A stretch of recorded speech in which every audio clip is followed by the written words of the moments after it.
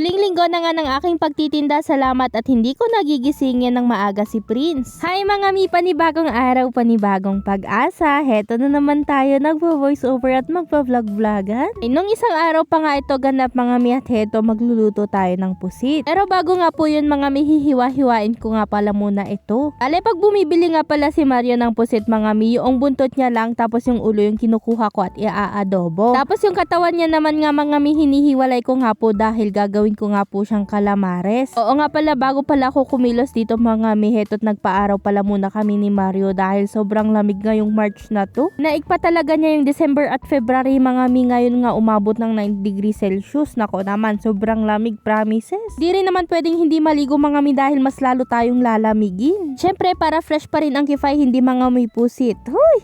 Ganito pala yung ginagawa ko kapag nahiwalay ko ng katawan ng pusit mga mi, hinihiwa-hiwa ko lang ng 4 na beses. Para nga malalaki mga mi at kami lang din naman po ang kakain, ganon. Ako, nagsisimahal na nga pala mga bilihin mga mi, hindi na natin alam kung anong uulamin natin. Pero naniniwala ako sa salitang God will provide mga mi, kumilos ka para may biyayang dumating, ganon. Habang hinuhugasan ko nga pala to mga mi, isa-isa ko nga rin pala siyang tatanggalan ng balat. Para nga mas malutong ang kalalabasan ng ating calamares mga mi kapag ka nga po ko i-coat na natin ito at ipiprito. Ganyan ang kalalabasan niya, puti lahat mga mi, pwedeng-pwede nyo na yan i-marinate. O diba, yung 1 kilong pusit mga mi talaga namang pang umaga at panggabi na namin. Yung ulo at buntot, adobo, tapos eto naman prito. O diba, perfect, ganun lang yun. Minsan talaga hindi na natin alam ang uulamin natin mga mi sa sobrang mahal ng mga bilihin. Kahit nga sa palengke pa nagtatrabaho yung asawa ko mga mi, naku, hindi niya rin talaga alam kung anong bibilhin. Pero very thankful din talaga mga mi, katulad nito may nagbigay sa kanya ng sili. Kung pala kaibigan ka talaga sa palengke mga mi, talaga namang marunong ka makisama, kung hindi naman discounted, talagang magbibigay pa yan sila. Ito ang katawang lupa ko nga pala ngayong week na to mga mi, talaga namang sinisipag, ganado kumbaga. Kaya kahit ang dami ko pang paninda mga mi, heto't naglaba pa ako nung pagkagising ko ng hapon. Tapos ganun na nga rin si Mario, kaya naman ginawa niya na nga rin pala yung sa labas namin. Bali tinatanggal niya nga lahat ng malalaking bato dyan mga mi at gagawing hagdan para na nga rin ma-flat itong harapan namin. Sabi no, pag ganado ang isa, ganado na rin yan siya, talaga namang mas malala pa yung trabaho niya kaysa sa akin. Nga dapat laging masipag mga mi kasi nga hawa-hawa yan, oo. Pero heto na nga mga mi, huling linggo na ng pagtitinda ko. Di na ako mapupuyat, salamat sa Lord at makakapagpahinga ng katawang lupa. Pero sa totoo lang mga mi, at minsan napapaisip ko, sobrang mamimiss ko to. Pero iniisip ko na lang din mga mi, pag may mawawala, syempre may papalit. Si Lord na bahala doon sa susunod na kabanata ng aking pagtitinda.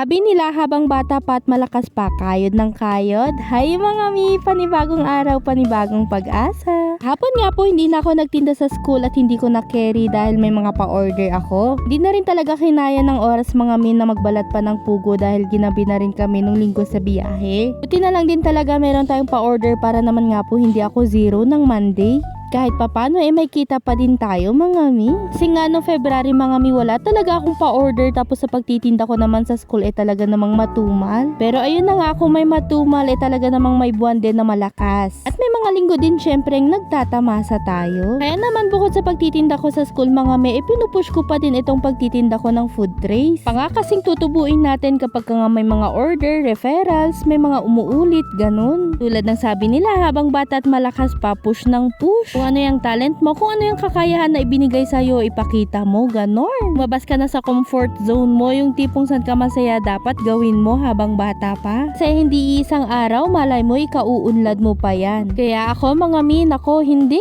ako titigil. Alam ko na maraming up and down mga mi, pero yun nga, talo ang taong sumusuko, diba? Hindi naman araw-araw masipag tayo o kaya naman ganado yung katawan natin. Pero piliin at pilitin natin mga mi para sa ikauunlad ng buhay natin. Di rin naman palaging magaling tayo mga mi, ang importante natututo tayo araw-araw. Oo nga palang mga pa-order natin kahapon, fried chicken, spaghetti at Shanghai. Kakapost ko nga mga mi, may mga tao na ding umu-order sa atin, yung iba referral. Kaya sa mga taong nagsasabi na subukan nyo yung mga pagkain na niluluto ni Nessa, maraming salamat po. Malaki po kayong biyaya sa akin, kaya lagi kong ipagpapasalamat yun. O siya, hanggang dito na lang, salamat sa panonood. See you on my next mini vlog. Bye-bye!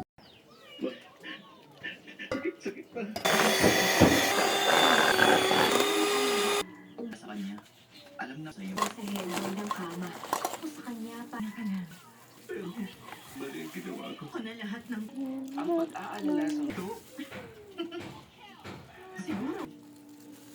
alagaan ko din at wala akong planong itigil ito. Alam ko yung araw pinangingila magkaibigan kami upang is-Oscar. Ilagay mo nga dun sa ano. Ganun na niya. Gusto ko siya mabusa. Super. Kung hala ko sabi dito siya ng peace of mind. Kung natin sila para matigil na ang pagnanakaw nila. Saka Ay sa kama. Sa akin. Asawa? Hindi siyang mabulok sa sarili. handa na ang habang Sa kanilang mga mukha, man ako tuluyang masok ka. Ayan pa tayo natin. Sinubukan ko ang hardin. Hinayaan. Pagkalimutan. Sabay na nagbago ang anyo ni Mang Karding at Oscar. Nakarinig ako ng nagutok ng mga buto.